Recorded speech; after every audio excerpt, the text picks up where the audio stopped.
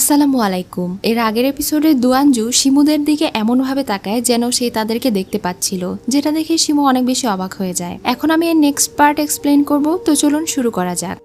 এপিসোডের শুরুতেই দেখি দুয়ানজু ওই লোকটাকে হারিয়ে দেয়, আর এরপরে ছাদের দিকে এমনভাবে তাকায় যেন সে তাদেরকে দেখতে পাচ্ছে। তখন চেং ভয়ে বলে, উনি কি আমাদেরকে দেখতে পাচ্ছেন? শিমু বলে, সে আমাদেরকে দেখতে পাচ্ছে না, ভয় পেও না। আসলে দুয়ানজুর মনে হচ্ছিল কেউ একজন ওখানে আছে, এজন্যই সে তাকিয়েছিল, তবে আসলে সে তাদেরকে দেখতে পায় না। যাই হোক, সে এখন তাদের সবার সামনে অ্যানাউন্স করে খুব দ্রুতই তারা ইউঝু রাজ্যকে অ্যাটাক করতে যাচ্ছে। সেই রাজ্যের শাসক অনেক বেশি কঠোর এবং সে তাদের রাজ্যের মানুষকে অনেক বেশি কষ্ট দিয়েছে। সে যে তাদের সঙ্গে ফাইট করবে এটা শুনে তো কমান্ডার উ অনেক বেশি অবাক হয়ে যায়। সে তাদের সবাইকে তার সঙ্গে এই যুদ্ধে ইনভাইট করতে চায়। কমান্ডার উ বলে, তুমি তাদের সঙ্গে পেরে উঠবে না। তখন সে বলে, সেটা তো যুদ্ধের ময়দানেই দেখা যাবে। এটা বলে তারা ওখানে থেকে চলে যায়। যাওয়ার সময় মেঙের মাথায় সূর্যমুখীর বীজ এসে পড়ে, যেটা উপরে থেকে শিমুরা খাচ্ছিল। এটা দেখে তো তারা অবাক হয়ে যায়। দুয়ানজু আবারও উপরে তাকায় আর তারা দুজন সেখানে থেকে চলে যায়। কিছুদিন পরেই দুয়ানজু তার কথা মতো তাদের রাজ্যের 70% সৈনিকদেরকে নিয়ে ইউনঝু রাজ্য জয় করার উদ্দেশ্যে রওনা হয়, যেটা দেখে শিমু অনেক অবাক হয়ে যায়। সে ভাবছিল এই ভয়ঙ্কর যাত্রায় তাদের বেশ সাহস আছে, মানতেই হবে। এদিকে দুয়ান তার সকল সৈনিকদেরকে নিয়ে অনেক ভয়ঙ্কর একটা নদী পার হচ্ছিল, যেখানে ঠান্ডা ঝড়ো হাওয়া বয়ে যাচ্ছিল, আর এই বরফের নদী পার করাটা খুবই কঠিন। অন্যদিকে চেং শিমুর সঙ্গে বসে বসে বলছিল সে যখন বড় হবে তখন সেও দুয়ানের মতো একজন সাহসী যোদ্ধা হতে চায়। কিন্তু শিমু তাকে বলে, তোমার এত কষ্ট করতে হবে না, লড়াই কখনো শান্তি বয়ে নিয়ে আসে না। দেখছো না কত মানুষ কত কষ্ট পাচ্ছে এই সব কিছুর জন্য? আমি তোমাকে একটা ভালো সম্ভ্রান্ত পরিবারে দিয়ে দেব, সেখানে তুমি খেয়ে পড়ে অনেক ভালোভাবে বেড়ে উঠবে, এমনকি অনেক ভালো একটা নামও করবে। এটা শুনে চেং অনেক ইমোশনাল হয়ে তাকে বলে, তুমি আমাকে ছেড়ে চলে যাবে? প্রয়োজনে আমি কম খাবো, আমার বেশি টাকা পয়সার দরকার নেই, কিন্তু আমি তোমার সঙ্গেই থাকতে চাই। শিমু বলে, আমি প্রথমেই বলেছিলাম আমি খুব অল্প সময়ের জন্য তোমার দেখাশোনা করব। আর মনে মনে বলছিল স্পিরিটরা কখনোই মানুষদের সঙ্গে সারা জীবন থাকতে পারে না, তোমার এবং আমার রাস্তা আলাদা। চেং তাকে বলে, দুয়ান অনেক ভালো একজন মানুষ, তুমি তো ম্যাজিক জানো, তুমি তোমার ম্যাজিকের সাহায্যে তাকে বাঁচিয়ে নাও। শিমু তখন বলে, ও আমি তো ভুলেই গিয়েছিলাম, এবার নিশ্চয়ই সে মারা যাবে, তুমি চাও আমি তাকে বাঁচাই? ঠিক আছে। এটা বলে সে হাসতে থাকে আর মনে মনে ভাবতে থাকে এবার নিশ্চয়ই দুয়ান মারা যাবে, আর এই সুযোগে সে তার কাছে থাকা ওই স্পেশাল তরোয়ালটা নিয়ে নেবে, যার ফলে সে পঞ্চ ইন্দ্রিয়ের শক্তি ফিরে পাবে। সে এখন চেংকে বলে তার জন্য ভাজা মিষ্টি কুমড়োর বিচি নিয়ে আসতে। যখন সে চলে যায় এই সুযোগে সে দুয়ানের কাছে যায়। দূর থেকে দেখতে থাকে তাদের লড়াই, কত মানুষ যে সেখানে মরে পড়ে আছে, আর সবার আত্মা একে একে তাদের স্পিরিট ল্যান্ডে চলে যাচ্ছে। সেই জায়গাটা পুরো অতৃপ্ত আত্মায় ভরে গিয়েছিল, যেটা শুধুমাত্র শিমুই দেখতে পাচ্ছিল। এমন সময় সেখানে ফেংই প্রকট হয় আর তাকে দুয়ানজুর বিষয়ে কিছু তথ্য দেয়। সে বলে দুয়ানজুর কাছে যে তরোয়ালটা আছে সেটা সে পুরস্কার হিসেবে পেয়েছিল, কারণ সে এটা যোগ্য ছিল। আমি রেকর্ড ঘেটে দেখেছি যখন তার বয়স 12 ছিল তখন তাকে তার দাদিমার কাছে পাঠানো হয়েছিল দেখাশোনা করার জন্য। সেখানে সে কিছু বিশেষ ট্রেনিং নিয়েছিল। তবে আমি আরো একটা রহস্যময় জিনিস খুঁজে পেয়েছি।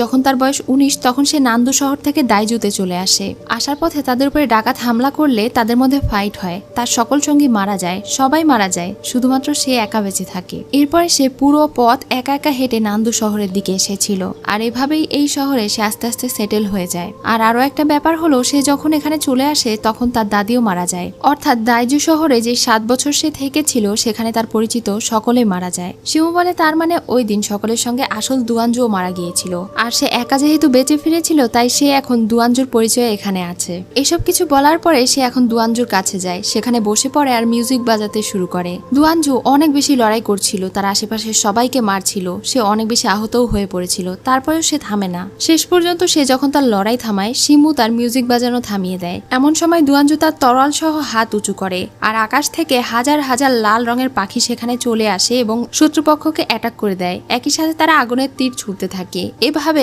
অনেকগুলো শত্রুপক্ষ মারা যায়। দুয়ানজু তখন আকাশের দিকে তাকিয়ে চিৎকার করে বলতে থাকে, লাল রঙের পাখি সবাইকে জ্বালিয়ে পুড়িয়ে দিতে এসেছে। এটা সে বারবার এক ধরনের বিশেষ ভাষায় বলছিল, যেটা শুনেই শিমু বুঝে ফেলে যে এটা হলো একটা অথেন্টিক চং ভাষা। এবার সে একদম শিওর হয়ে যায় যে সে আসল দুয়ানজু হতেই পারে না। এদিকে হান আবার একটা লাল রঙের পাখির গায়ে সেই একই লেখা দেখে পড়ে এবং তার মাথা ঘুরে ওঠে। এই সবকিছু দেখে শিমু বলছিল, দিন দিন সবকিছু অনেক ইন্টারেস্টিং হয়ে যাচ্ছে, দেখা যাক কোথাকার পানি কোথায় গিয়ে গড়ায়। পরদিন সকালে তাদের রাজ্যে খবর আসে দুয়ানজু এই লড়াই জিতে গিয়েছে, তারা সুয়োঝু রাজ্য জিতে নিয়েছে। এটা জেনে তো চেং খুশিতে দৌড়ে শিমুর কাছে যায়, তাকে ঘুম থেকে উঠায় আর তাকে বাইরে টেনে নিয়ে আসে। হান এখানে তার জন্য বার্তা নিয়ে এসেছে। দুয়ানজু তাকে ধন্যবাদ জানিয়েছে আগের আবহাওয়া বার্তা দেওয়ার জন্য। আর তিনি আশা করছেন এরপরেও সে তাদেরকে এভাবে সাহায্য করবে। আপাতত সে তাকে সুয়োঝু শহরে ইনভাইট করেছে সেখানে যাওয়ার জন্য, যেন সে তাদের যুদ্ধে আরো বেশি সহায়তা করতে পারে। এটা শুনে শিমু মনে মনে ভাবছিল সে দেখছি বেশ চালাক। এখন তাদের কথা মতো তারা দুইজন মিলে গাড়িতে করে সুয়োঝু রাজ্যে রওনা দেয়। এদিকে সুয়োঝু রাজ্যের মার্চেন্ট মিস্টার লিনকে দেখানো হয়। দুয়ানজু তাকে ধন্যবাদ জানায় কারণ সে তাদের এখানে থাকার ব্যবস্থা করে দিয়েছে এবং খাবার দাবারের ব্যবস্থা করেছে। মিস্টার লিনও তাকে অনেক বেশি ধন্যবাদ জানায় তাদের দেশের এই মানুষদের জন্য শান্তি ফিরিয়ে দেওয়ার জন্য। সেদিন রাতে তারা আলোচনা করছিল সুয়োঝু রাজ্য তো তারা জয় করে নিয়েছে, এরপরে ইউঝু রাজ্য, কিন্তু এই রাজ্যের অনেক বেশি শক্তি, সেখানে 2 লক্ষ সৈনিক আছে। তাদের সৈনিক সংখ্যা এত নেই, তারা কিভাবে পারবে? সীমাজিয়াও তাদেরকে ভয় পেতে বারণ করে আর বলে আমাদেরকে পারতেই হবে। 30 বছর থেকে আমরা এই স্বাধীনতার জন্য অপেক্ষা করেছি, এখন যদি আমরা ফিরে যাই তাহলে এটা কখনোই সম্ভব হবে না। এদিকে শিমুদের গাড়ি যখন সুয়োঝু রাজ্যে এসে পৌঁছায় তখন জঙ্গলে তাদের উপরে কিছু লোকেরা অ্যাটাক করে দেয়। হান এবং তার লোকেরা সর্বোচ্চ চেষ্টা করছিল তাকে প্রোটেক্ট করার, কিন্তু চেং এসব কিছু দেখে ভয় পেয়ে যায়। সে শিমুকে বলে সাহায্য করার জন্য, কিন্তু শিমু ওঠে না। তখনই তাদের গাড়িতে একটা তীর এসে লাগে। তখন সে বিরক্ত হয়ে ভাবতে থাকে দুয়ানের জন্যই তাকে এখন আবার ঝামেলায় পড়তে হচ্ছে।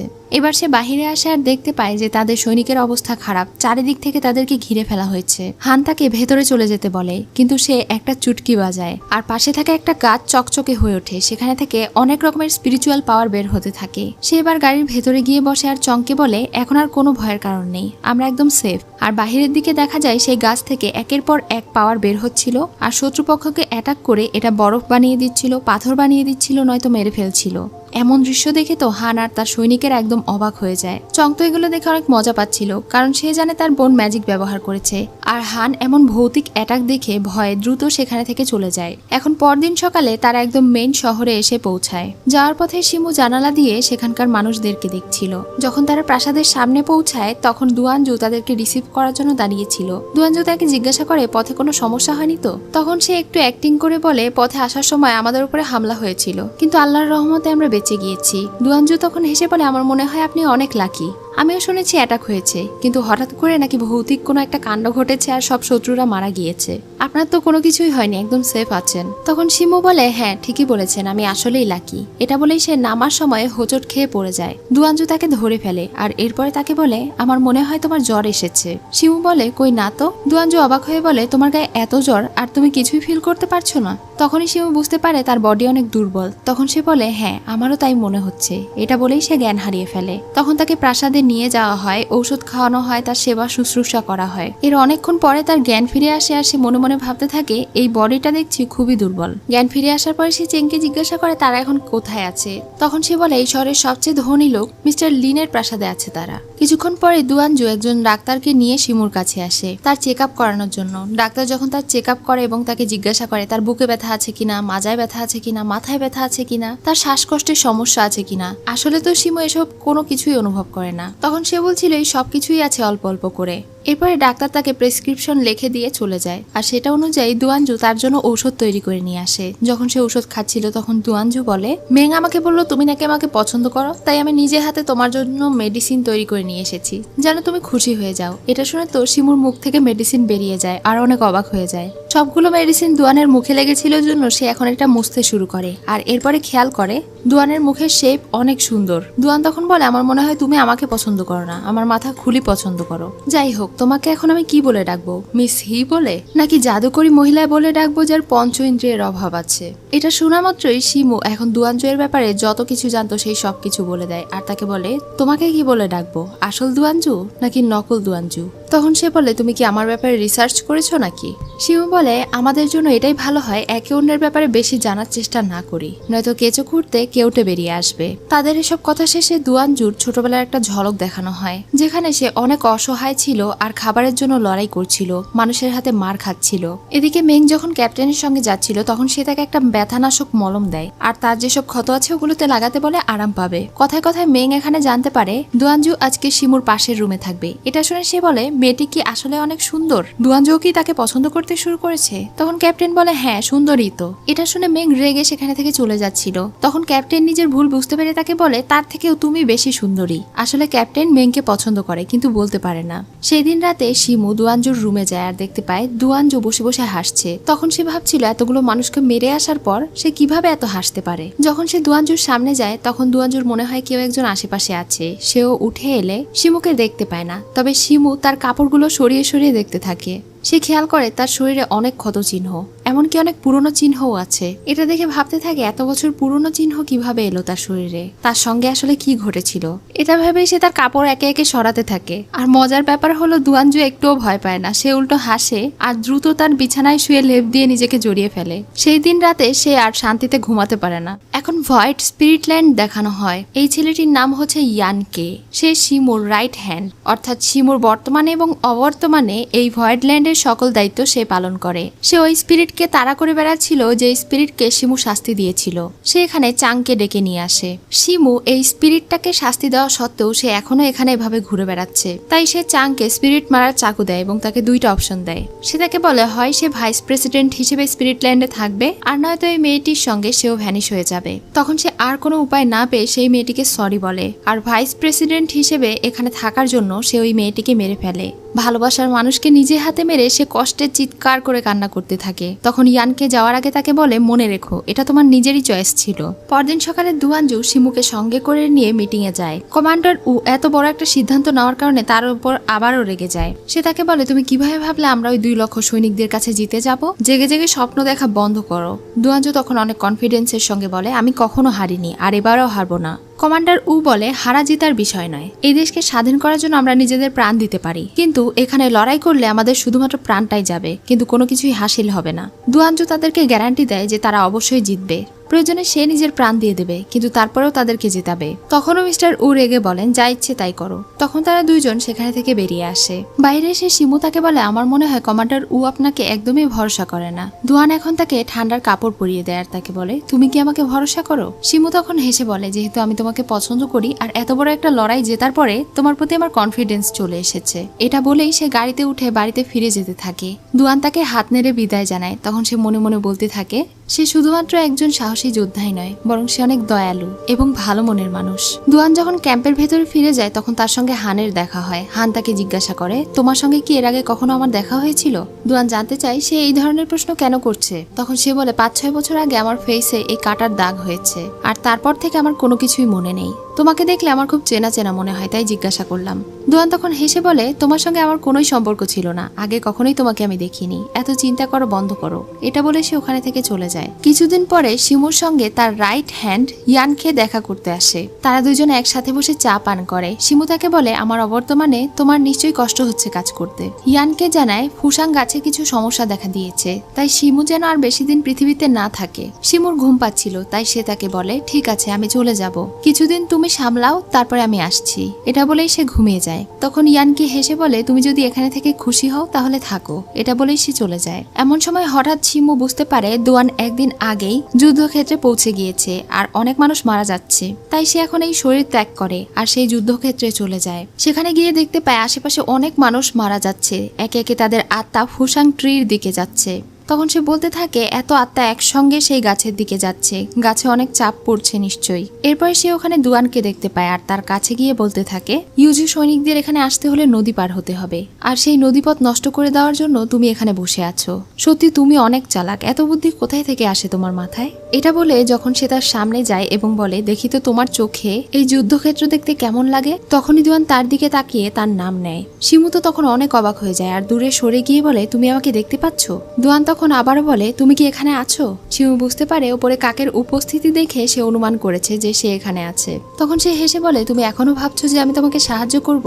এমন সময় শত্রুরা কাছাকাছি এলে শিমু দৌড়ে সেদিকে যেতে থাকে আর যাওয়ার পথে সে শিমুর শরীর ক্রস করে যায়। এর ফলে আজব একটা ঘটনা ঘটে। শিমুর শরীরের ভেতরে থেকে একটা ম্যাজিক বল বের হয়, যেটা কানায় কানায় পরিপূর্ণ হতে থাকে। এটা দেখে তার আন্টির বলা কথা মনে পড়ে। তার আন্টি বলেছিল, একদিন তোমার সঙ্গে এমন একটা ছেলের দেখা হবে যে তোমার পঞ্চ ইন্দ্রিয়কে জাগ্রত করতে সাহায্য সাহায্য করবে, আর যেই দিন তার সঙ্গে তোমার দেখা হবে সেই দিন এই ম্যাজিক বল তোমাকে তার উপস্থিতি জানান দেবে। এটা মনে করে সে তার বেরঙিন চোখ দিয়ে দুয়ানজুকে দেখতে থাকে আর তার মাইন্ডের ভেতর প্রবেশ করে ভাবতে থাকে 400 বছর ধরে আমি বেঁচে আছি, তবুও নিজেকে মৃত মনে হয়। ভেবেছিলাম কখনোই আমার পঞ্চ ইন্দ্রিয় জাগ্রত হবে না, আমার জীবনটা হয়তো বেরঙিনই থেকে যাবে, কিন্তু ফাইনালি আমি তোমার দেখা পেলাম। এটা মনে করেই সে অনেক খুশি হয়ে যায়। দুয়ানজি এবং তাদের সৈনিকেরা সেই দিনের মতো তাদের শত্রুপক্ষকে হারাতে পেরেছিল, তাই জন্য একদিনের যুদ্ধবিরতি দিয়ে তারা অনেক বেশি আনন্দ করছিল এবং খাওয়া দাওয়া করছিল। শিমু যখন একা একা বসে ভাবছিল সেও এখন এই পৃথিবীকে অনুভব করতে পারবে, তখনই সেখানে দুয়ান আসে আর তাকে বলে শিমুকে অন্যরকম দেখাচ্ছে, তার কি মন খারাপ? তখন সে দুয়ানকে বলে আমার মন খারাপ হবে কেন? আমি ভাবছিলাম তুমি যেভাবে যুদ্ধ করছো তোমার প্রাণ না চলে যায়, আমি শুধু দোয়া করি তুমি বেঁচে থাকো। এটা বলেই সে ওখানে থেকে যাচ্ছিল আর মনে মনে ভাবছিল তুমি হলে আমার পঞ্চ ইন্দ্রিয়ের চাবিকাঠি, তাই আমি তোমাকে মরতে দেব না। এদিকে দক্ষিণ চং শহরের মার্শাল অফ হাওলান ফোর্সকে দেখানো হয়। তার সৈনিক এসে খবর দেয় লিয়াং শহরের সেনাপতি দুয়ান গুয়ানহি নদী পার করে ফেলেছে আর ওই নদীর তীরে পাঠানো সকল সৈনিককে মেরে ফেলেছে। এটা শুনে তিনি হাসছিলেন আর তার কালো বিড়ালকে আদর করছিলেন। আরো বেশ কয়েকদিন লড়াই হওয়ার পরে লিয়াং সৈনিকেরা বর্ডারের দিকে যাচ্ছিল অ্যাটাক করার জন্য, কিন্তু এবার ইউঝু রাজ্যের 2 লক্ষ সৈনিকেরা তাদের সঙ্গে মোকাবেলার জন্য প্রস্তুত ছিল। এবার জিতে আসাটা এত সহজ হবে না। এখানে তারা আলোচনা করছিল বর্ডারে এত তাড়াহুড়ো করে অ্যাটাক করা যাবে না, তাদেরকে কিছুটা সময় নিতে হবে। তখন জেনারেল উ বলে তাহলে বর্ডারে যাওয়ার আগে একটু খাওয়া দাওয়া করে নেওয়া যাক। যখনই তারা চাউলের বস্তা খুলতে যায় তখন সেখানে দেখতে পায় ধানের বদলে শুধুমাত্র ধানের খোসা রাখা হয়েছে, মানে সৈনিকদের জন্য এতগুলো খাদ্য সরবরাহ করা হয়েছে, কেউ একজন তাদেরকে ধোকা দিয়েছে। এজন্য মিস্টার উ আবার অনেক প্যানিক করা শুরু হয়ে যায়। দুয়ানজু তাদেরকে ভরসা দেয় আর বলে সে নিশ্চয়ই এটার কোনো সমাধান বের করবে। পরদিন সকালে শিমু ফেঙ্গির সঙ্গে কথা বলে জানায় সে ওই ছেলেকে খুঁজে পেয়ে গিয়েছে যে তার পঞ্চ ইন্দ্রিয়কে জাগ্রত করতে পারে। এটা শুনে তো সে অনেক খুশি হয়ে বলে সেটা কে? তখন সে জানায় দুয়ানজু। তখন ফেঙ্গি বলে আপনি কি তার আসল পরিচয় আর জানতে চান না? শিমু বলে এখন আমার এটা জেনে লাভ নেই সে আসল নাকি নকল, এখন সে আমার কাজে লাগবে, তাই কিভাবে তাকে কাজে লাগানো যায় সেটাই ভাবছি তাকে আমি একটা উইশ দিব আর এটার বদলে পঞ্চ ইন্দ্রিয় নিয়ে নেব। ফেঙ্গি বলে কিন্তু এতে কি সে রাজি হবে? তখন সে বলে সে অবশ্যই রাজি হবে, সামনে তার জন্য অনেক বড় বিপদ অপেক্ষা করছে। সেই দিন রাতে শিমু যখন চা পান করছিল তখন তার সঙ্গে চাং দেখা করতে আসে। সে তাকে খবর দেয় যে তার কথা মতো সে ওই মেয়েকে মেরে ফেলেছে আর ওই মেয়েটিকে সাহায্য করার জন্য সে অনেক অনুতপ্ত এবং লজ্জিত। শিমু বলে তোমাকে দেখে তো মনে হচ্ছে না যে তুমি আসলেই লজ্জিত। তখন চাং বলতে শুরু করে আসলে ওই মেয়েটা এসব কিছু ইচ্ছে করে করেনি, প্রত্যেকটা স্পিরিটদের মধ্যেই তো এমন অতৃপ্ত ইচ্ছা থাকে, সে নিজে এটা করতে না চাইলেও তার মধ্যে এটা জাগ্রত হয়ে যায়। আর পৃথিবীর এইসব বিষয়ে কেন আপনাকে বারবার নাক গলাতে হবে? এটা শুনেই শিমু রেগে যায় আর তাকে আগুনে জ্বালাতে থাকে আর বলতে থাকে তোমার কি মনে হয় আমি এমনি এমনি স্পিরিটদের রানী হয়েছি? তোমরা ভুল করবে, নিজেদের ইচ্ছেকে কন্ট্রোল করতে পারবে না, খারাপ কাজ করে বেড়াবে আর আমি সেগুলো দেখবো? স্পিরিট হোক অথবা মানুষ, তাদের ইচ্ছেকে অবশ্যই কন্ট্রোল করার শক্তি থাকতে হবে। তখন চাং অনেক বেশি ভয় পেয়ে যায় আর সে শিমুর কাছে মাফ চায়। এরপরে সে ওখানে থেকে চলে যায়। এদিকে দুয়ানের সৈনিকেরা যখন বাংকারে পানির ঢেলে বরফ জমাচ্ছিল তখন একটা কালো বিড়াল আসে। সেই বিড়ালের গলা থেকে তারা একটা চিঠি পায়। চিঠিতে লেখা ছিল কাপুরুষেরা গুয়ানহি নদী পার করে এসেছে। তারা সেখানে এই রাজ্যের সেনাপতিকে দেখতে পায়, তার সঙ্গে সবসময় এই কালো বিড়ালটা থাকে আর তার নাম হচ্ছে আউচি। তারা তাদের উপরে হাসাহাসি করছিল আর তাদের মনোবল ক্ষুণ্ণ করে দিচ্ছিল। এটা বুঝিয়ে দিয়ে যায় যে তারা কখনোই তাদের 2 লক্ষ সৈনিকের কাছে পেরে উঠবে না। পরদিন সকালে শিমু আর চেং দুইজন মিলে বাজারে ঘুরে বেড়াচ্ছিল। তখনই সেখানে তাদের সঙ্গে দুয়ানজুর দেখা হয়। দুয়ানজু শিমুকে নিয়ে সে বাংকারের উপরে যায়। সে তাদেরকে দেখায় কিভাবে ইয়ানঝুর লোকেরা বেশ কয়েকদিন থেকে তাদেরকে অভিশাপ দিয়ে যাচ্ছে, তাদের মনোবল ক্ষুণ্ণ করার চেষ্টা করছে। এসব নিয়ে তারা হাসাহাসি করছিল আর দুয়ানজু নিজের প্ল্যান শেয়ার করছিল। তখন শিমু তাকে বলে তুমি আসলে যেমনটা ভাবছো বিষয়টা একদমই এমন নয়, তাদের ক্যাম্প দূরে ওই ডান দিকে নয় বরং বাম পাশে। এটা শুনে তো দুয়ানজু অনেক ভালো একটা ইনফরমেশন পায়, সে তাকে ধন্যবাদ জানায়। তখনই দেখা যায় তাদের শহরের দোকানে আগুন লেগেছে, মানুষেরা চিৎকার করছে। যখন তারা সেখানে যায় তখন দেখতে পায় তাদের ক্যাম্পে যতগুলো খাদ্য মজুত করা ছিল সবগুলোতে কেউ আগুন লাগিয়ে দিয়েছে। দুয়ান জিজ্ঞাসা করে এসব কিছু কে করেছে? হান তখন বলে একটা পাগলি মেয়ে এটা করেছে, আমরা তাকে ধরে রেখেছি। সে বলে যেগুলো খাদ্য এখনো ঠিক আছে সেগুলোকে সরিয়ে ফেলো। এরপর যখন সে বাইরে যায় তখন দেখতে পায় পাগলিটা হাসছিল আর বলছিল সবগুলো খাবার পুড়িয়ে দিয়েছি, এখন তোরা কেউ কিছু খেতে পারবি না। এটা দেখে আশেপাশের সব মানুষরা প্রচন্ড ক্ষিপ্ত হয়ে যায়, তার দিকে পাথর ছুঁড়তে থাকে। তখন সে রেগে আরো বলতে থাকে তোরা কেউ এই শহরের যোগ্য না, তোরা সবাই মৃত্যু ডিজার্ভ করিস। এটা শুনে এবং এই সবকিছু দেখে মার্চেন্ট লিনও তাকে চড় মারে। সবাই চাইছিল তাকে মেরে ফেলা হোক। দূর থেকে শিমু দুয়ানজুর হাত দেখে বুঝতে পারে সেও চাইছিল এই মেয়েটিকে মেরে ফেলতে। এখন সেই পাগলি মেয়েটা চিৎকার করে বলতে থাকে, সবাই চেয়েছিল আমি না খেয়ে মরে যাই, এখন তোদের সবাইকে না খাইয়ে মারবো, আমার সঙ্গে নিয়ে মারবো। এটা বলেই সে দৌড়ে সামনের দিকে যেতে থাকে। তখনই শিমু দুয়ানের সেই তরোয়াল নিয়ে মেয়েটিকে মেরে ফেলে। তাকে জনসম্মুখে এমন একটা কাজ করতে দেখে তো দুয়ান অনেক বেশি অবাক হয়ে যায়। আর এখানে আজকের এপিসোড শেষ হয়ে যায়। সো ভিউয়ার্স, আজকের এপিসোড তোমাদের কেমন লেগেছে অবশ্যই জানিও। নেক্সট পার্ট দ্রুত দেখতে চাইলে অবশ্যই কমেন্টে জানাতে হবে। সেই পর্যন্ত সবাই ভালো থেকো।